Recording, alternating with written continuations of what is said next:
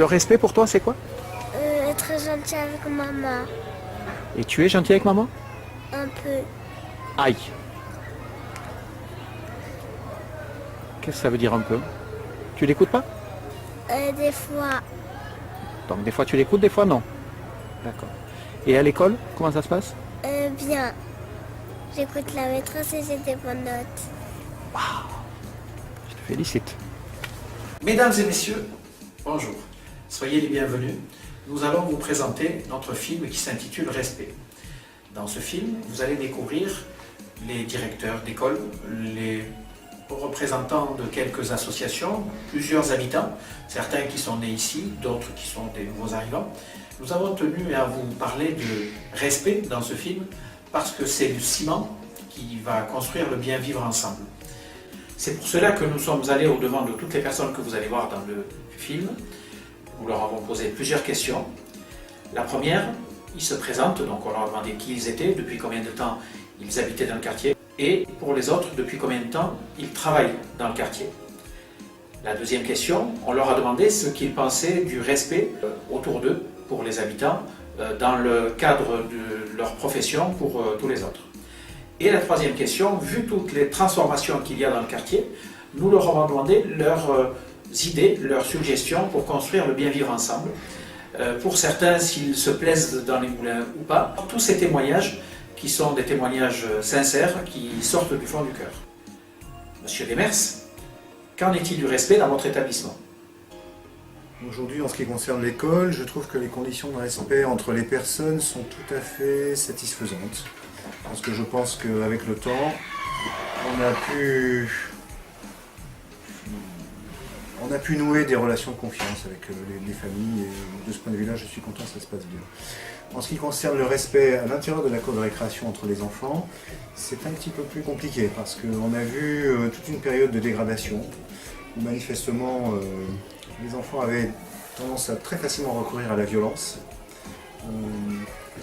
pour régler leurs moindres différends.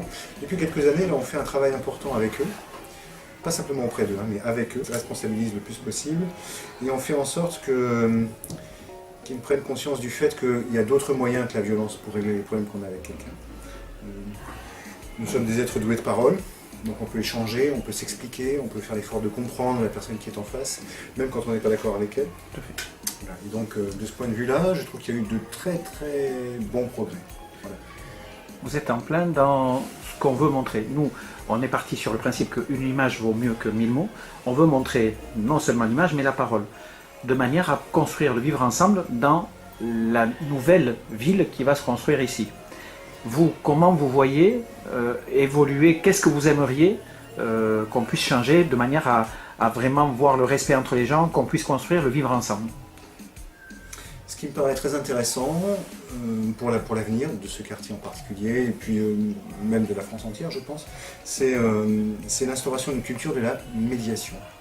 C'est-à-dire qu'on se met ensemble autour d'une table, on pose les problèmes et on en parle de manière sereine et apaisée. Voilà, je crois que c'est très très important. Ici, on a une expérience de médiateur scolaire, de médiateur en milieu scolaire qui fonctionne très bien. Qui ne fait que démarrer, mais j'espère que ça va vraiment créer une culture de la médiation au sein de l'école, et pourquoi pas dans le quartier après, on peut très bien généraliser ça. Il y a beaucoup d'acteurs, il y a des associations, il y a des parents qui interviennent, et voilà. Tout ça, ça peut créer vraiment le ferment d'une nouvelle culture en fait. On passerait d'une culture de l'affrontement à une culture de la discussion. Et ça me paraît très important. Je vous remercie beaucoup, monsieur Demers. Je vous en prie. Monsieur le principal, qu'en est-il du respect dans votre établissement? Alors, 400 élèves dans l'établissement, il n'y a pas un comportement homogène dans chacun. Avec la plupart des élèves, il n'y a pas de problème, on n'a pas de relation particulièrement difficile. Au contraire, ça se passe plutôt bien. Les élèves respectent les professeurs, me respectent moi, évidemment, en règle générale. On a quelques élèves à la marge, très peu dans l'établissement, de l'ordre d'une trentaine, avec lesquels c'est plus difficile. 30 sur 400, ça fait à peine 8%, c'est pas énorme. Et encore, les manquements, c'est plus dû à des difficultés sociales, personnelles, familiales, que réellement un souci de manque de respect face à l'institution ou face à l'école en général. Avez-vous des idées, des suggestions pour construire le bien vivre ensemble? une des solutions, ça serait d'augmenter la mixité sociale du quartier. Pour l'instant, ça ne prend pas le chemin au niveau du collège, puisqu'il y a beaucoup de dérogations qui partent. Après, il y a quelques-uns qui veulent venir dans le collège, mais qui sont issus par exemple des écoles des Moulins ou de Nice-Flore, donc qui sont quand même du quartier, mais qui souhaitent venir ici parce qu'ils apprécient, j'espère que c'est pour ça, qu'ils apprécient ce que l'on fait au sein de l'établissement. Parlez-nous de vos réalisations. Les réalisations, elles sont nombreuses et le premier enjeu, il a été d'améliorer le climat scolaire. Parce qu'à partir du moment où le climat scolaire est serein, on peut avancer sur les apprentissages et améliorer la pédagogie. Donc on a remis du cadre, on a remis des règles, on a affiché toutes les règles et on a mis de la transparence dans les procédures. Premièrement, c'est ça. Deuxièmement, on a travaillé sur la pédagogie pour apporter des projets, pour apporter des idées un petit peu nouvelles qui donnaient du sens un petit peu à l'école et qui faisaient que les élèves viennent en sachant pourquoi ils viennent dans ce collège et qu'ils ont peut-être un peu plus envie d'y venir parce qu'on fait des choses différentes. Vraiment, il y a un nombre d'actions conséquents d'améliorer ce climat scolaire. Je pense que c'est déterminant. Quand on est bien pour travailler, quand les profs sont bien, la relation avec les élèves s'apaise, la relation entre les élèves se pacifie et on obtient, j'espère, les meilleurs résultats derrière. En tout cas, pour l'instant, on a pu le prouver. Alors, comme vous le savez peut-être, depuis 2007, nous avons instauré, en tout cas à l'école de la Ligue des Français Mixte 1, une charte qui fait office de règlement, qui est basée sur la valeur du respect, le respect de soi, le respect de l'environnement, le respect d'autrui. Cette charte fait office de règlement dans l'école. C'est un règlement en termes de droit et non pas en termes d'interdit. Contrairement à beaucoup de règlements, on dit on n'a pas le droit de faire ci, on n'a pas le droit de faire ça. Là, c'est j'ai le droit de travailler sans être importuné par mon camarade, j'ai le droit de jouer sans être insulté, j'ai le droit d'être aidé par mes professeurs et ça a été le fondement de cette école. On a d'ailleurs fait un mur, on a peint un mur pour matérialiser cette charte et je dois dire qu'il n'y a aucun problème de respect vis-à-vis des adultes, des enfants entre eux. Nous mettons en place un certain nombre d'actions sur le respect, c'est omniprésent, respect entre les parents et l'école, entre l'école et les parents, c'est quelque chose qui va dans les deux sens. Pour pouvoir recevoir le respect, il faut savoir le donner. Donc il y a un certain nombre d'actions qui favorisent cette liaison, ce respect, l'accueil des parents, notamment avec la mise en place d'un livret d'accueil personnalisé qui est distribué à tous les parents. Vous avez les données de l'école élémentaire, des Moulins. Le respect, c'est vivre ensemble naturellement, sans barrière, sans problème de religion, de physique, de statut social. On vit ensemble et on se respecte, quelles que soient les personnes, le mieux. On essaye de monter des projets toute l'année pour leur faire prendre conscience qu'il faut vivre ensemble, faire des grands projets sportifs, faire des projets sur le quartier, faire des projets sur la culture, pour leur montrer qu'il faut vivre ensemble, s'entendre et que c'est la voie vers laquelle il faut tendre. Nous faisons appel à des seniors, des personnes qui sont des retraités. Ils interviennent également dans nos écoles, dans nos classes, où il y a ces moments d'échange autour d'un livre ou autre, débat philosophique, pour échanger avec nos élèves et leur apporter bien sûr des exemples de leur vécu, intergénérationnel, très important. Je pense que les gens doivent se parler, je pense que les gens doivent être aussi éduqués et qu'ils doivent se parler, qu'ils doivent se connaître. Et puis après, je pense qu'il faut également, j'allais dire sévir, oui, sévir. Une dégradation qui empoisonne la vie de tout le monde, c'est pas normal, ça doit pas passer. Voilà, je pense que si vraiment les gens sont décidés à œuvrer ensemble pour leur quartier, que c'est une vraie volonté au niveau de l'entretien, au niveau du respect des infrastructures, du respect de son voisin, de ne pas faire de la musique jusqu'à 5h du matin. Voilà, comme vous dites, c'est un respect, c'est une façon de vivre ensemble, mais je pense que tout se passera très bien. Je pense que les directeurs d'école et moi-même, de même que mes collègues, nous nous employons à faire en sorte que cette image, ces clichés disparaissent. C'est notre combat au quotidien. Et ça passe bien sûr par toutes les valeurs qu'on enseigne aux enfants, tous les projets qu'on met en place. Pour moi, l'école était la seule façon d'avoir un avenir meilleur, un autre avenir que celui d'ouvrier, tout simplement. De sorte que les parents n'aient plus peur de l'école, qu'ils aient une autre vision de l'école, qu'ils soient présents aux côtés de leurs enfants pour partager un certain nombre d'activités. Alors moi je crois que de toute façon les enfants sont l'avenir de ce quartier. Les enfants donc qui vont grandir, qui vont devenir des adolescents, quand ils auront été baignés dans cette idée de respect, déjà ça sera une très bonne chose. Il est vrai que ce quartier va, je pense, devenir magnifique. Ce qui est entrepris dans le quartier des Moulins est assez phénoménal. Un jour, ce quartier sera au centre de la ville. Il faudrait changer cette espèce de réputation qui est attachée à ces quartiers et qui est totalement fausse. Il peut être mis en œuvre tous les jours. Le respect d'autrui, il passe par le respect du cadre de vie, de la propreté, par le respect auprès de son voisin, par sur les liens amicaux avec nos voisins proches, qu'on voit tous les jours. La configuration du quartier fait que le respect peut être vivant au quotidien dans ce quartier-là. Respect sur le quartier des Moulins, on y croit. On y croit parce qu'il y a une grosse source de motivation d'acteurs qui se battent pour faire valoir ce message. Et je suis même prêt à prendre le pari que d'ici peut-être 2 ou 3 ans, il y aura une ambiance au niveau de vie au quotidien dans ce quartier-là extraordinaire. Construire ce bien vivre ensemble, il existera que si on travaille la main dans la main, que ce soit au niveau des institutions, associations et habitants. Si ce travail-là ne se fait pas sous cette forme-là, le bien vivre ensemble n'existera jamais. On a pu le voir aujourd'hui sur la fête de Noël organisée au sein du Parc Phoenix. La magie, elle fonctionne que si on utilise ces méthodes de travail. Et très sincèrement, cette population qui vit dans ces quartiers-là, elle est ancrée au fond d'eux. Il nous reste juste à nous de bien creuser pour la faire ressortir de manière naturelle. Globalement, même dans le détail, moi je trouve que la majorité, l'immense majorité des gens sont respectueux. Je trouve que les enfants sont bien élevés, je trouve que les familles s'occupent, sont présents. Et les familles qu'on voit qui seraient peut-être éloignées de l'éducation de leurs enfants, me semblent être, non pas par abandon, me semblent être non pas par carence, mais par difficulté personnelle.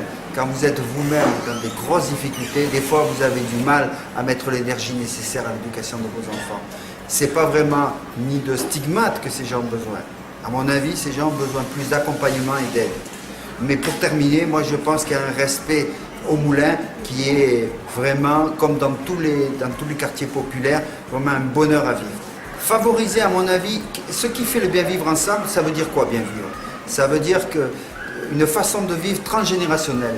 Les jeunes peuvent parler avec les anciens. Les enfants continuent à respecter, mais sont aussi respectés. Les espaces publics sont respectés. À mon avis, ce qu'il faut, c'est de l'échange, du lien, des moments de rencontre. Je pense aux repas de quartier, je pense à des mobilisations, je pense à des encouragements, je pense à un côté festif. Et de lui-même, ça devrait créer l'intérêt pour l'aménagement, l'intérêt pour l'environnement. Je ne pense pas vraiment que c'est une question de morale ni d'éducation uniquement. Ce n'est pas en disant aux gens qu'il faut être comme ci ou comme ça que les gens le deviennent. Les gens le deviennent quand ils ont envie de l'être et dans le cadre du partage d'une activité ou de quelque chose autour de leur environnement. Je vous remercie beaucoup. Merci. De tous les jours, tu sais, moi les jeunes des Moulins me connaissent, c'est un peu mes enfants. Donc je les engueule quand je veux. Voilà. Quand ils font des conneries, je leur ai toujours dit. Moi je dis ça aux jeunes. Tu fais une bêtise, je te raterai pas. Mais par contre, c'est pas parce que j'ai les cheveux blancs que j'ai toujours raison. Je peux en faire moi aussi. Et ben ne me rate pas. D'accord. Voilà. Je peux faire une bêtise, c'est parce que j'ai vu que je suis parfait.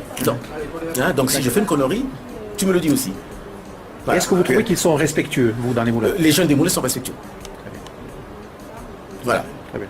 C'est pour ça que je suis très attaché aux Moulins. Écoutez, on est deux. Ah ouais. C'est pour ça que je suis très attaché au Moulin. C'est des jeunes Moulins qui sont respectueux, mais il faut les respecter aussi. Voilà. À partir du moment où on les respecte, les jeunes des Moulins sont respectés. En tout cas, moi, je n'ai jamais eu de problème. Hein. Tu vas poser la question de Martin. Martin, mais écoute, Martin, voilà, il nous engueule parfois, mais c'est toujours dans notre intérêt. La première des règles, c'est le respect de l'autre. Donc, le respect de l'autre entraîne la communication, la politesse et toutes les règles de bien vivre ensemble. C'est-à-dire que, d'une manière globale, et dans la manière dont je vois les choses, c'est que il faut être dans le respect des différences sans que la différence soit une stigmatisation positive ou négative.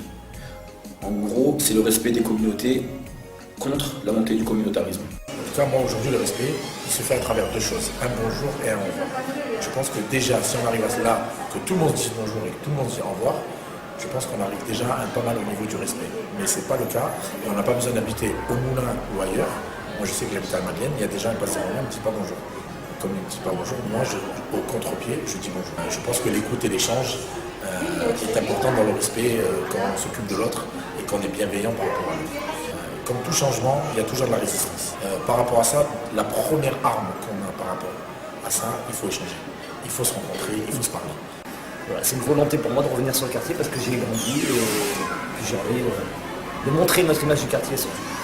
Il y a des grandes valeurs qui sont respectées dans l'ensemble. On va parler du respect, mais le respect, c'est vrai qu'il y a des gens respectueux. Il y a des gens qui sont irrespectueux, mais c'est une minorité. Voilà, moi je m'amuse à dire, moi je suis blanc, donc la génération black, blanc, beurre, des fois je dis j'étais le blanc, et on ne m'attend pas à ce que je dise moi que je suis du quartier. Parce qu'on s'attend toujours à un black ou un beurre, et bon, quand je suis arrivé au lycée, je sentais qu'il y avait un problème par rapport à l'image qu'ils avaient de ce quartier. C'était pas cette image-là. Énormément de jeunes de quartier qui s'occupent aujourd'hui des jeunes qui ne sont pas forcément des quartiers, qui sont d'autres quartiers. Donc là, la première image qu'on montre, qu'est-ce qu'on montre? On montre que dans le quartier, il y a des gens qui sont capables de s'occuper avec respect et professionnalisme. D'autres gens, peu importe. Pas de communautarisme, au contraire, on s'ouvre. Donc des actions comme ça, des gens vont dans le bon sens. Après, pour améliorer le vivre ensemble, c'est vivre déjà à l'endroit où on est. Donc on a souvent tendance à prendre les enfants, les amener à l'extérieur du quartier pour leur faire voir autre chose, ce qui est une très bonne chose, qu'il faut continuer. Mais il faut aussi améliorer notre habitat. Il faut créer des environnements favorables qui vont nous permettre de vivre ensemble et de vivre bien ensemble. Donc créer des environnements favorables au sein du quartier pour pouvoir bien vivre ensemble. Le respect par rapport au quartier, pour moi c'est que les habitants puissent cohabiter ensemble, puissent parler avec tout le monde, que s'il y a un souci ou la moindre chose, on puisse en parler et non pas être agressif l'un envers l'autre, qu'on accepte la remarque, qu'on remercie la personne d'ailleurs qu'elle soit venue nous faire une remarque, non pas qu'on l'agresse. L'amélioration dans le quartier, ce que j'aimerais bien, c'est que ça redevienne comme avant. Qu'en fait, que les enfants puissent jouer dans la cour, en bas de la maison, sans aucune peur, sans aucune crainte. Quand on voit une personne avec des courses, les enfants ils s'approchent et ils aident, que ce soit une personne âgée, une maman ou un papa. Que même les jeunes, les grands frères et les grandes sœurs, tout le monde, on soit tous unis comme avant dans le quartier, comme se passait à l'époque quand on était petit. Les grands frères, que ce soit le grand frère de ma copine ou qui que ce soit, quand ils me voyaient, ils me reprenaient. Je l'acceptais, je le tolérais. Le respect de la personne qui est plus âgée que soi, les enfants, ils n'ont aucun respect. Je dirais qu'ils sont les rois. C'est les enfants rois. Ils sont sur le trottoir, ils sont trois. Vous arrivez, bon, ils continuent à parler. Oui, alors on vous dit c'est des enfants. Oui, mais si vous ne leur apprenez pas tout de suite, quand ils sont petits, ils ne sauront pas quand ils seront plus grands, hein. Et ça sera pire. En 1973, c'était des HLM. Il y avait des espaces verts, c'était correct, très correct même, très correct. Je ne vois pas le bout du tunnel. C'est impossible. Vous pouvez faire tout ce que vous voulez, vous revenez 2 minutes après, c'est la pagaille, c'est l'anarchie, c'est tout ce que vous voulez. Voilà, il faut prendre des sanctions. Vous avez commis quelque chose, vous payez. C'est tout. Voilà. Dans un premier temps, nous, c'est vrai que c'est un art de vivre. Nous, au quotidien, que ce soit dans le sport ou dans la vie de tous les jours, le respect, c'est même plus une empreinte. J'ai la chance, 100% des parents du quartier des Moulins s'investissent pour leurs enfants, ce qui est aujourd'hui très rare dans un club de taekwondo. Au jour d'aujourd'hui, pour des parents, mettre leurs enfants en priorité, c'est très important. Ça commence par l'éducation à la maison. Moi, c'est comme ça qu'on m'a éduqué, qu'on m'a inculqué le respect. Et je continue et je l'inculque à mes enfants de la même façon que me l'ont inculqué mes parents. Voilà. Donc ça, c'est les gestes de base, les choses de base. Qui passent, je pense, par l'éducation déjà aux enfants dès leur plus jeune âge. Bonjour, je m'appelle Claude et j'habite Valoris depuis plus de 25 ans. Et je vis dans le respect de mon entourage et de mon voisinage et toutes ces personnes me le rendent bien. Pour moi, le respect, c'est regarder l'autre comme si on se regardait soi-même et c'est avoir l'estime de l'autre, c'est s'enrichir de ces différences. Respecter l'ensemble des personnes qui cohabitent avec nous dans ce quartier, c'est-à-dire autant les personnes plus âgées que les plus jeunes, et savoir vivre ensemble et respecter nos différences à chacun, puisque c'est vrai que dans un quartier, il y a beaucoup de cultures différentes et autres, et de personnes qui sont d'horizons différents, mais qui ont un savoir-vivre entre eux, et même en dehors. Et vraiment un respect entre anciens et jeunes, mais plus aussi la question du dialogue. Je pense que c'est important pour qu'il y ait un vrai respect et, disons, un climat social assez détendu, parce que les conditions de vie sont difficiles pour chacun, avec les effets de la crise et tout ce qu'on sait du climat du pays, ou même de tout ce qui se passe. Au niveau du travail, c'est compliqué pour plusieurs jeunes, et voilà, c'est dur à vivre. Après, souvent ceux qui parlent, ceux qui font des projets, ils n'ont pas eu l'expérience ou la vie de ceux qui vivent chaque jour dans ces quartiers-là. On sait aussi que le respect, ça passe par le contact, c'est-à-dire se parler, et je pense que aussi les jeunes aujourd'hui, ils voient beaucoup les adultes comme je sais pas, une forme d'opposition à eux. Et ça, c'est dommage, parce que je pense que s'ils se parleraient plus, ils verraient qu'ils ont des choses à se dire et des choses à faire ensemble. Et essayons de voir ce qui pose problème et de s'impliquer aussi dans la vie de tous les jours, mais essayer de les intégrer à la citoyenneté. Je pense que cette notion elle est importante, parce que beaucoup, comme il peut y avoir en France, ils ont un sentiment de rejet, de ne pas se sentir citoyen français. Ça aussi, c'est un fort sentiment qui est chez les jeunes. Il devrait y avoir plus d'initiatives de contact avec les jeunes, si on veut résoudre ce problème de non-respect et autres. Après, la médiation qui est mise en place, elle est bien, mais je pense qu'il faudrait en faire encore plus, pour que justement, il y ait plus d'échanges avec ces jeunes et qu'à terme, on arrive à faire de nouveaux projets. Je demande que tous les locataires qui habitent dans le bâtiment se respectent, et quand ils voient quelque chose qui ne va pas, qu'ils le déclarent au bureau. Et eux-mêmes, chacun, ils interdisent ses enfants de jouer dans les paliers, dans les escaliers. Quand ils entendent un bruit qui sort chez eux, qui est bizarre, qu'ils sortent voir un peu qu'est-ce qui se passe, qu'ils s'occupent de nous, qu'ils s'occupent et de dire aux gens qu'ils respectent aussi, qu'ils mettent leurs poubelles dans les bacs, pas dehors. Aucun responsable. Il faut qu'on le connaisse, ce responsable-là. Il faut qu'on le voit.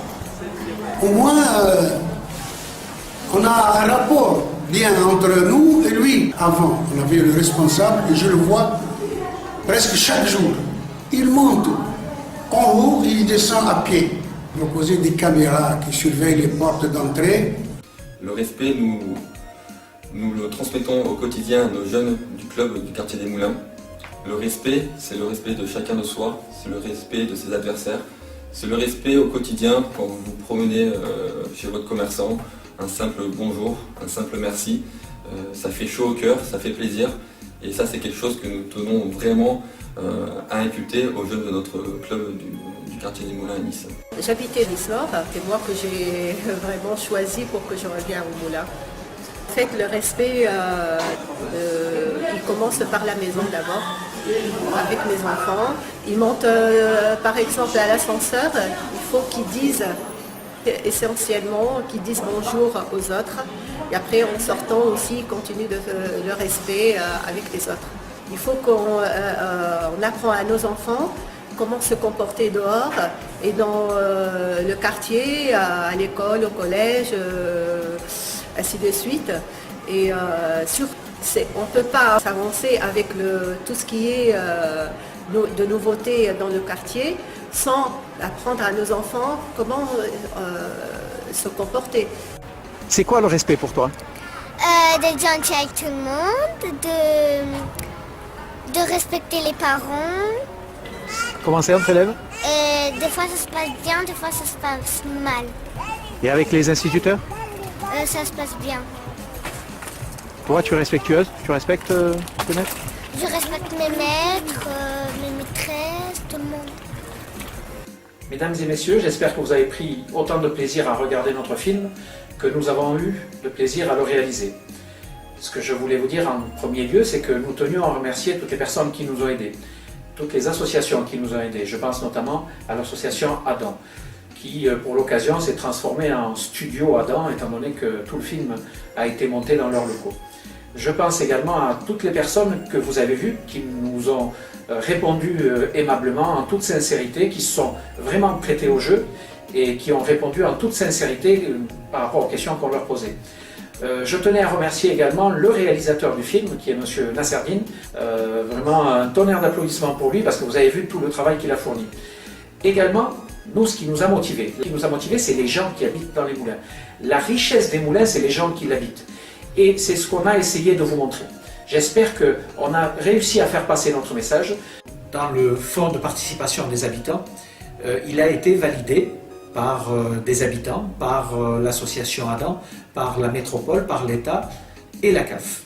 Nous tenons à remercier toutes ces personnes. Également, nous tenons à remercier la personne qui nous a prêté le matériel, qui est M. Stéphane Laperche. Merci encore.